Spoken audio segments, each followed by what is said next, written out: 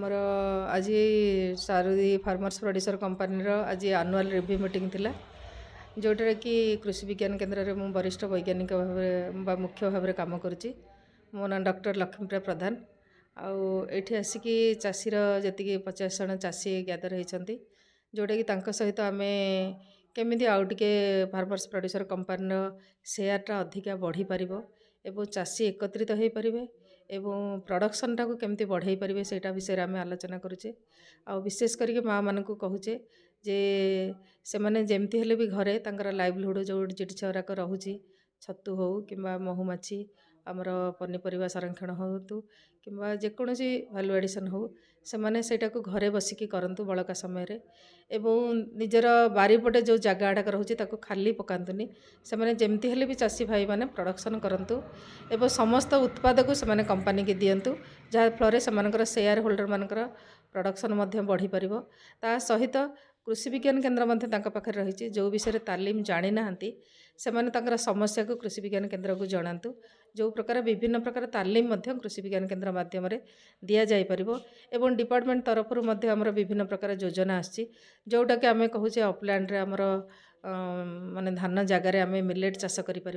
आम जिले में मिलेट मिशन काम करुच्ची मसरूम मिशन काम करुच्ची मसला मिशन काम करुच्ची तेणु तार उपकारिता जमती आमर चाषी मैंने नियंतु से समस्त चाषी मैंने संगठित हुंतु संगठित हो प्रोडक्शन टाक बढ़ातु अधिकार मात्रा प्रोडक्शन बढ़ेकी एवं कंपनी मध्यम से बिक्री करंतु जहाँफल से लाभवान हो पारे और 2 पैसा रोजगार करें। धन्यवाद। नमस्कार समस्त को मु लाइवलीहुड अल्टरनेटिव्स रे सीनियर मैनेजर हिसाब से काम करुच्ची। आमर ऑफिस भुवनेश्वर नयापल्ली रे उपस्थित। आमर सवा सीबीपीओ आउ नाफेड है इम्प्लीमेंटिंग एजेंसी तो से तरफ ये गोटे एफपीओ तैयारी करा जायतिला 2023 मसीह जार नाम है सारुदी फार्मर प्रोड्यूसर कंपनी लिमिटेड। तार आज एनुअल जनरल मीटिंग थिला तो मत बहुत खुशी लगुच कि आमर सीईओ अकाउंटेंट आउ बीओडी बोर्ड ऑफ डायरेक्टर जो मैंने थिले प्लस पाखापाखि 50 ରୁ 60 जन चाषी आसिक ये योगदान देइचंती आउ तांको एफपीओ रो डिटेल्स कौन होइचे जाके बिजनेस केते कौन टर्नओवर केते कौन तांकर कौन लाभ मिली तांको कहा जाइथिला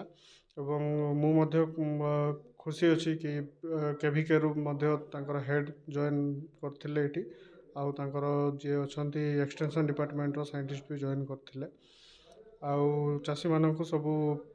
तांको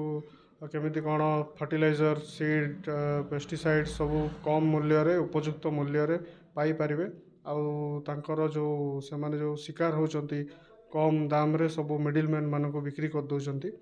तांको केमती आमे एठी मंडी सिस्टम करी आमे तांको तांकर प्रोड्यूस टाकू गवर्नमेंट को डायरेक्ट दे पारिबा आउ से माने उपयुक्त मूल्य पाई पारिबे ता ऊपर डिस्कशन हेतिला।